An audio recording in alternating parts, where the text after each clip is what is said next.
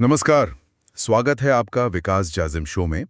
आज हम राजस्थान राज्य राजनीति के एक महत्वपूर्ण विषय को बहुत आसान भाषा में समझने जा रहे हैं। जी, आज हम एक ऐसी संस्था की बात करें जो सीधे तौर पर आम जनता को प्रशासन में होने वाले भ्रष्टाचार और पद के दुरुपयोग के खिलाफ एक आवाज देती है। हम बात कर रहे हैं लोकायुक्त और उप लोकायुक्त की। बिल्कुल, और इसे हम विशेष रूप से राजस्थान के संदर्भ में ही समझेंगे। तो सबसे पहले ये समझते हैं कि ये विचार, ये अवधारणा आई कहाँ से, क्योंकि ये सुनने में जितना भारतीय लगता है, इसकी जड़ें उतनी ही बाहर हैं। आपने बिल्कुल सही पकड़ा। देखिए, ये जो लोकायुक्त का कॉन्सेप्ट है ना, ये मूल रूप से भारत का है ही नहीं। अच्छा, तो फिर कहाँ से आया ये? इसकी शुरुआत हुई थी साल 1809 में, वो भी यूरोप के एक देश स्वीडन से। स्वीडन से? जी हाँ, वहां पर एक संस्था बनाई गई थी जिसका नाम था ओम्बुड्समन।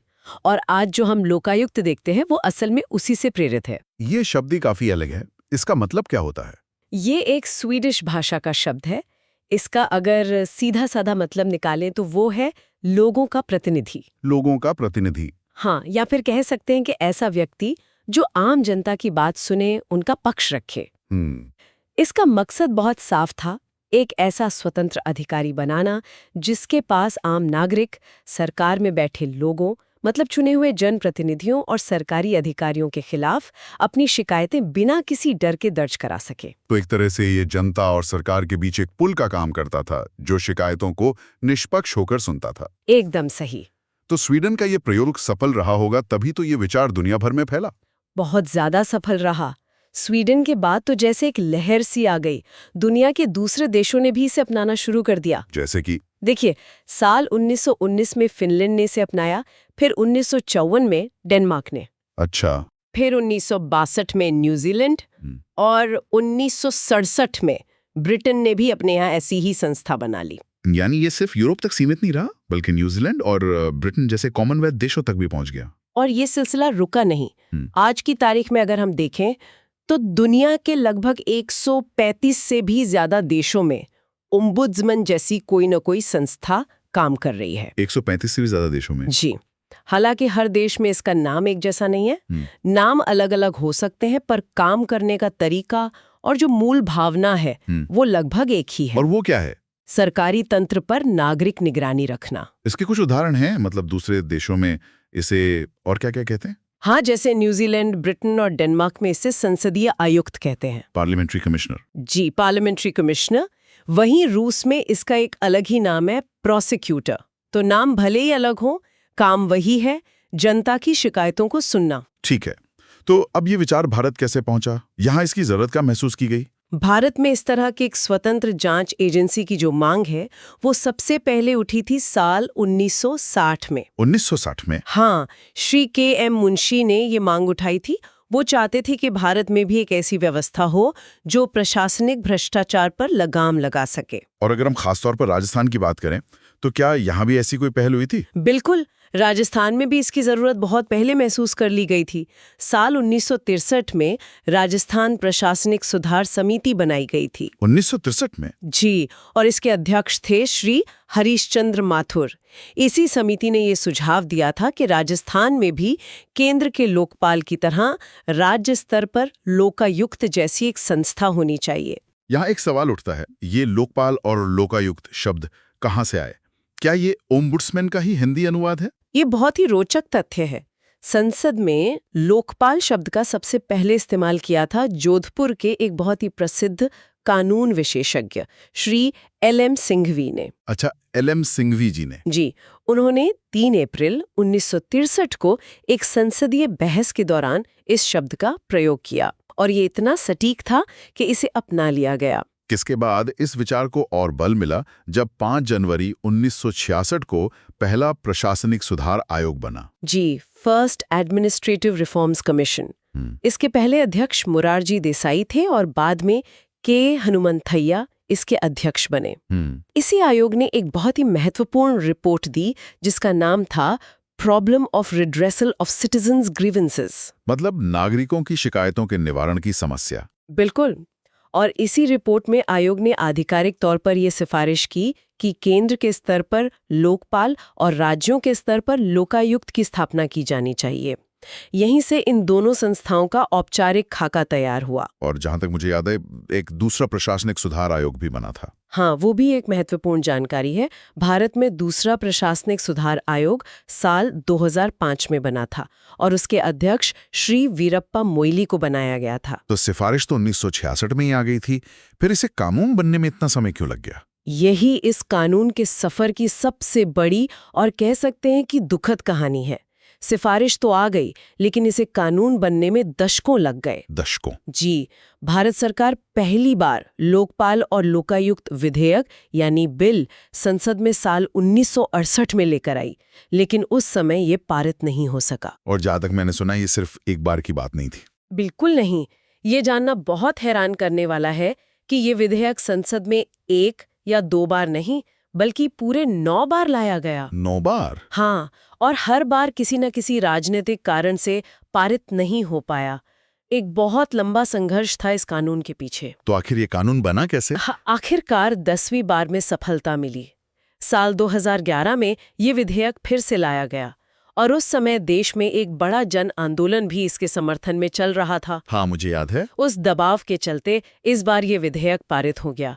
17 दिसंबर 2013 को ये राज्यसभा से पारित हुआ। और उसके अगले ही दिन लोकसभा से? जी, 18 दिसंबर 2013 को ये लोकसभा से भी पारित हो गया। संसद से पास होने के बाद राष्ट्रपति की मंजूरी मिली होगी? हाँ, 1 जनवरी 2014 को तत्कालीन राष्ट्रपति ने इसे अपनी मंजूरी दे दी और फिर 16 जनवरी 2014 से ये कानून पूरे देश में लागू हो गया। कानून तो लागू हो गया, लेकिन भारत के पहले लोकपाल कौन बने और कब बने? जज श्री पीसी घोष। पिनाकी चंद्र घोष। जी, पिनाकी चंद्र घोष ने भारत के पहले लोकपाल के रूप में अपना पद ग्रहण किया। चलिए, अब केंद्र से राज्यों पर आते हैं और विशेषकर राजस्थान पर। राजस्थान में लोकायुक्त संस्था की स्थापना कैसे हुई? जैसा हमने पहले चर्चा की, राजस्थान में लोकायुक्त संस्था का गठन राजस्थान प्रशासनिक सुधार समिति 1963 की सिफारिश पर ही हुआ था। लेकिन यहाँ ये भी जानना दिलचस्प है कि लोकायुक्त संस्था बनने से पहले भी राजस्थान में भ्रष्टाचार को रोकने के लिए एक विभाग काम करता था। अच्छा, कौन सा विभाग? उसका नाम था जन अभियोग निराकरण विभाग। पर एक स्वतंत्र और शक्तिशाली संस्था की जरूरत महसूस की जा रही थी। और लोकायुक्त शब्द का सीधा सा मतलब क्या है? इसे बहुत ही सरल भाषा में समझें तो इसका मतलब है वो आयुक्त जो लोक यानी जनता की शिकायतों को सुनता है। और किसके खिलाफ सुनता है? जनप्रतिनिधियों और लोक सेवकों के खिलाफ, मतलब सरकारी अधिकारियों और कर्मचारियों के खिलाफ। इस संस्था की प्रकृति कैसी है? क्या ये संविधान का हिस्सा है? ये समझना बहुत जरूरी है। सबसे पहली बात, ये एक गैर संवैधानिक संस्था है। Non constitutional? जी, इसका मतलब है कि इसका उल्लेख सीधे तौर पर हमारे संविधान के किसी अनुच्छेद में नहीं किया गया है। तो फिर इसे अपनी शक्तियां कहां से मिलती हैं? ये एक सांविधिक संस्था है। Statutory body? हाँ, सांविधिक का मतलब होता है जिसे संसद या विधानसभा द्वारा एक अलग कानून बनाकर स्थापित किया गया हो। तो लोकायुक्त संस्था संविधान का हिस्सा नहीं है, पर राजस्थान विधानसभा द्वारा बनाए गए कानून का हिस्सा जरूर है। और इसके काम करने का तरीका कैसा है? क्या ये किसी को सजा दे सकती है? नहीं, ये एक स्वतंत्र और परामर्शकारी संस्था है। इंडिपेंडेंट और एडवाइजरी? जी, स्वतंत्र का मतलब है कि ये बिना किसी सरकारी दबाव के काम करती है, लेकिन परामर्शकारी का असली मतलब ये है कि इसकी सिफारिशें एक सलाह के रूप में होती हैं। अच्छा, सिर्फ सलाह? हाँ, लोकायुक्त कितनी भी मजबूत रिपोर्ट दे दे, आखिर में सरकार उसे मानने के लिए बाध्य नहीं है। यहीं पर इस संस्था की सबसे बड़ी सीमा सामने आती है और इसका कार्यक्षेत्र पूरा राजस्थान राज्य है। क्या भारत के दूसरे राज्यों में भी इसे लोकायुक्त ही कहते हैं? ज्यादातर राज्यों में यही नाम है, लेकिन कुछ राज्यों में अलग नाम भी हैं। जैसे केरल में इसे पब्लिक मैन कहते हैं। Public man? जी, जम्मू कश्मीर में इसे भ्रष्टाचार विरोधी अभिकरण कहा जाता है और तमिलनाडु में इसका नाम कमिश्नर ऑफ इंक्वायरीज है। अब जरा राजस्थान लोकायुक्त अधिनियम के अंदर चलते हैं। कानून की नजर में मंत्री या लोक सेवक का क्या मतलब है, ये भी तय किया गया होगा? बिल्कुल, कानून में हर चीज को परिभाषित किया जाता है। जैसे धारा 2(ख) में एक परिभाषा है सक्षम प्राधिकारी की। Competent authority? जी, इसका मतलब है कि अगर किसी मंत्री या सचिव के खिलाफ कोई शिकायत है तो उस मामले में सक्षम प्राधिकारी मुख्यमंत्री होंगे, जिन्हें लोकायुक्त अपनी रिपोर्ट देंगे। और बाकी मामलों में? और किसी अन्य लोक सेवक के मामले में सरकार द्वारा तय किया गया कोई अधिकारी सक्षम प्राधिकारी होगा। ठीक है। और मंत्री की परिभाषा में कौन-कौन शामिल हैं? धारा 2(6) के अनुसार मंत्री का मतलब राजस्थान की मंत्री परिषद का कोई भी सदस्य है, चाहे वो कैबिनेट मंत्री हो, राज्य मंत्री हो या उप मंत्री हो। लेकिन यहाँ एक बहुत ही महत्वपूर्ण अपवाद है, इस परिभाषा में मुख्यमंत्री शामिल नहीं है। ये तो बहुत बड़ी बात है। यानी मुख्यमंत्री लोकायुक्त की जांच के दायरे से बाहर हैं। जी बिल्कुल, इस पर हम आगे विस्तार से बात करेंगे। जरूर। फिलहाल अधिकारी और लोक सेवक में कौन आते हैं? धारा 2(6) में अधिकारी का सीधा सा मतलब है कि राजस्थान सरकार के किसी भी लोक पद पर नियुक्त कोई भी व्यक्ति। और लोक सेवक? और धारा 2(j) में लोक सेवक यानी पब्लिक सर्वेंट का दायरा काफी बड़ा है। इसमें सभी मंत्री, मुख्यमंत्री को छोड़कर सभी अधिकारी, जिला प्रमुख, उप जिला प्रमुख, प्रधान, उप प्रधान, महापौर, उप महापौर, नगर पालिका के अध्यक्ष, उपाध्यक्ष, ये सभी लोग शामिल हैं। ठीक है। और सचिव यानी सेक्रेटरी किन्हें माना गया है? धारा 2(9) में बताया गया है कि सचिव में विशेष सचिव, अपर सचिव और संयुक्त सचिव ये सभी शामिल माने गए हैं। जब राज्यों में लोकायुक्त कानून बन रहा था तो कौन सा राज्य सबसे आगे था? यहाँ एक दिलचस्प अंतर है। लोकायुक्त विधेयक यानी बिल लाने वाला पहला राज्य ओडिशा था। ओडिशा? जी, ओडिशा ये बिल 1970 में ही ले आया था, लेकिन इसे पारित करने में 13 साल लग गए और ये 1983 में जाकर कानून बना। तो फिर कानून बनाने वाला पहला राज्य कौन सा था? लोकायुक्त अधिनियम यानी कानून बनाने वाला पहला राज्य महाराष्ट्र बना। महाराष्ट्र 1971 में विधेयक लाया और अगले ही साल 1972 में इसे पारित भी कर दिया। तो कानून लागू करने का श्रेय महाराष्ट्र को जाता है। और मैंने सुना है कि ओडिशा ने इस संस्था को खत्म भी कर दिया था। हाँ, ये भी एक अनोखा तथ्य है। ओडिशा पहला राज्य था जिसने लोकायुक्त संस्था बनाई और फिर इसे समाप्त भी कर दिया। अच्छा जी, 1983 में इसे बनाया गया और 1993 में इसे समाप्त कर दिया गया, जो दिखाता है कि ऐसी संस्थाओं को बनाए रखने के लिए राजनीतिक इच्छा शक्ति कितनी जरूरी है। अब पूरी तरह से राजस्थान पर ध्यान केंद्रित करते हैं। राजस्थान लोकायुक्त व उप लोकायुक्त अधिनियम 1973 कब लागू हुआ? यह अधिनियम राजस्थान में 3 फरवरी 1973 को लागू हुआ। ठीक है। इसके बाद 26 मार्च 1973 को तत्कालीन राष्ट्रपति श्री वीवी गिरी ने इसे अपनी स्वीकृति दी और फिर 27 मार्च 1973 को इसे राजस्थान के राजपत्र यानी गैजेट में प्रकाशित किया गया।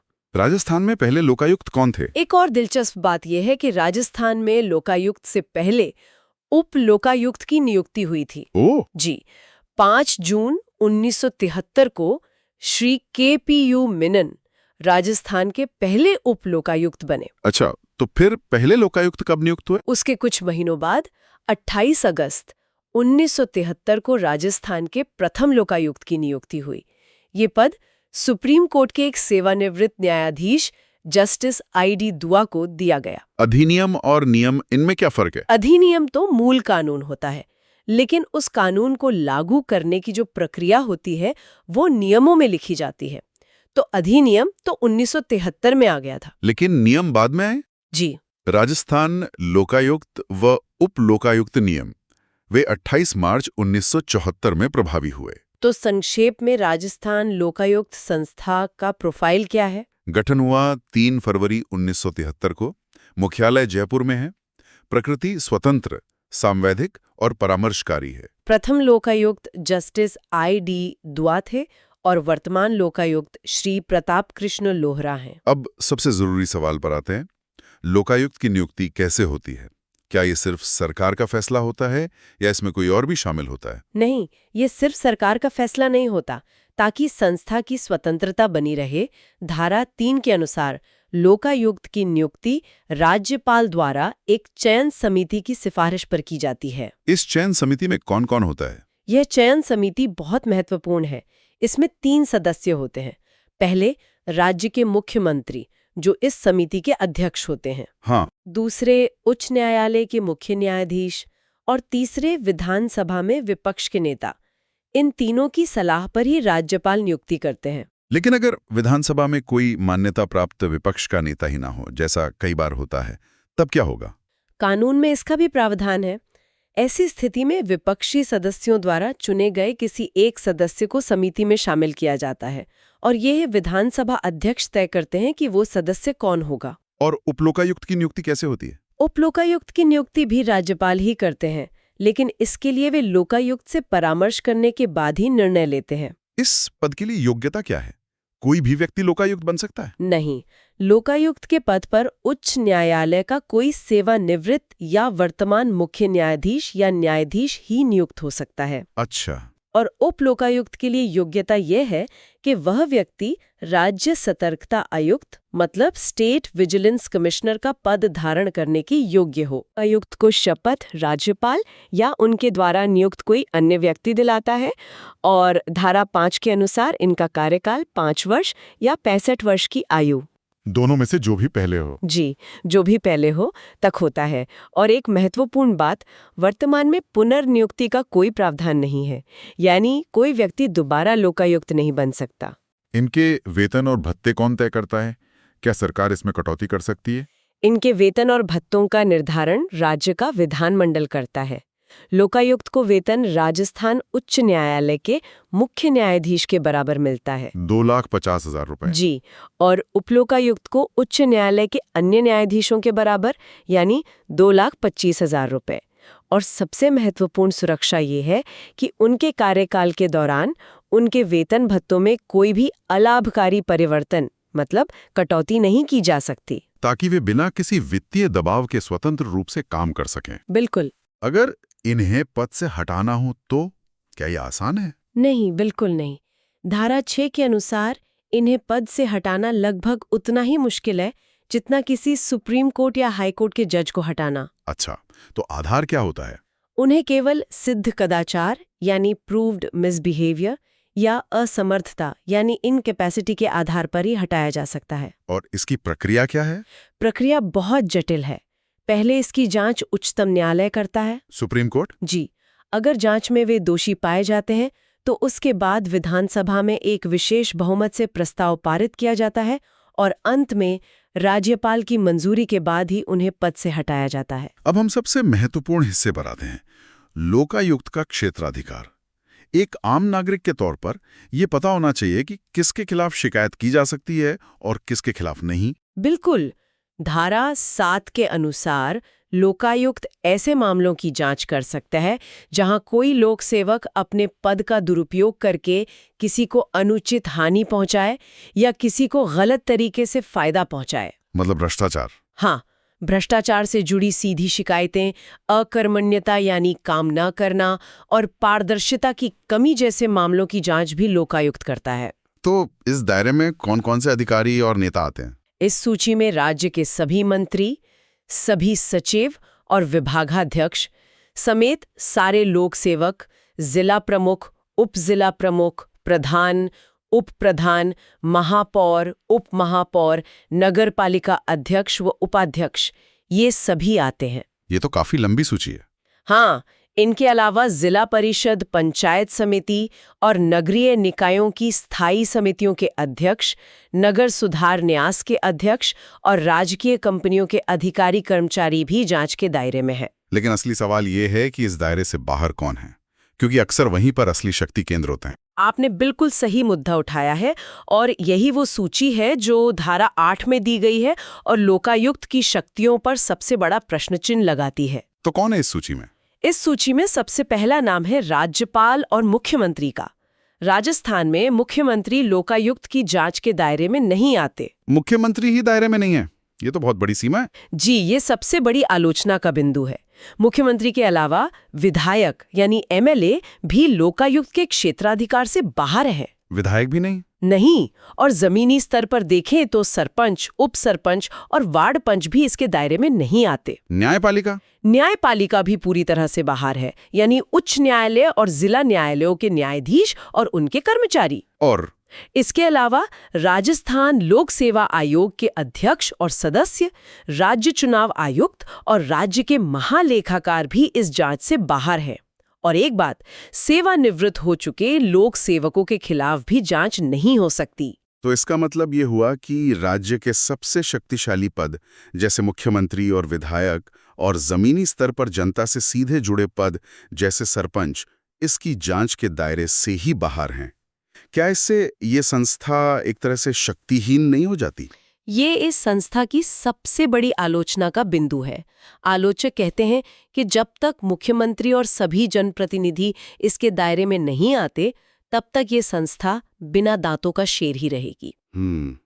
और क्या कोई समय सीमा भी है? हाँ, अगर कोई शिकायत 5 साल से ज्यादा पुरानी हो तो लोकायुक्त उसकी जांच नहीं कर सकता। अगर किसी को शिकायत करनी हो तो उसकी प्रक्रिया क्या है? क्या ये बहुत जटिल है? धारा 9 में प्रक्रिया को सरल रखने की कोशिश की गई है। कोई भी पीड़ित व्यक्ति डाक, फैक्स, ईमेल से या खुद उपस्थित होकर शिकायत कर सकता है। कोई दस्तावेज लगता है? हाँ, शिकायतकर्ता को 10 रुपए के गैर न्यायिक स्टाम्प पर नोटरी से प्रमाणित एक शपथ पत्र देना होता है, जिसमें उसे अपनी और आरोपी लोक सेवक की पूरी जानकारी देनी होती है। क्या लोकायुक्त सिर्फ शिकायत आने पर ही काम करता है? नहीं, धारा 10 के अनुसार लोकायुक्त स्वतः संज्ञान यानी सुओ मोटो लेकर भी जांच शुरू कर सकता है। अगर मीडिया में भ्रष्टाचार की कोई बड़ी खबर आती है तो लोकायुक्त खुद ही उस पर जांच शुरू कर सकता है। जांच के लिए लोकायुक्त को क्या शक्तियां दी गई हैं? धारा 11 के तहत जांच के लिए लोकायुक्त को सिविल न्यायालय की शक्तियां प्राप्त हैं। सिविल कोर्ट की? जी, इसका मतलब है कि वो किसी को भी गवाही के लिए बुला सकता है, कोई भी सरकारी दस्तावेज मंगवा सकता है और शपथ पत्र पर बयान भी ले सकता है। और जांच पूरी होने के बाद क्या होता है? धारा 12 के अनुसार जांच पूरी होने के बाद लोकायुक्त अपनी वार्षिक रिपोर्ट राज्यपाल को सौंपता है। राज्यपाल इस रिपोर्ट को विधानसभा के पटल पर रखवाते हैं ताकि उस पर चर्चा हो सके। अगर कोई झूठी शिकायत करे तो? इसका भी प्रावधान है।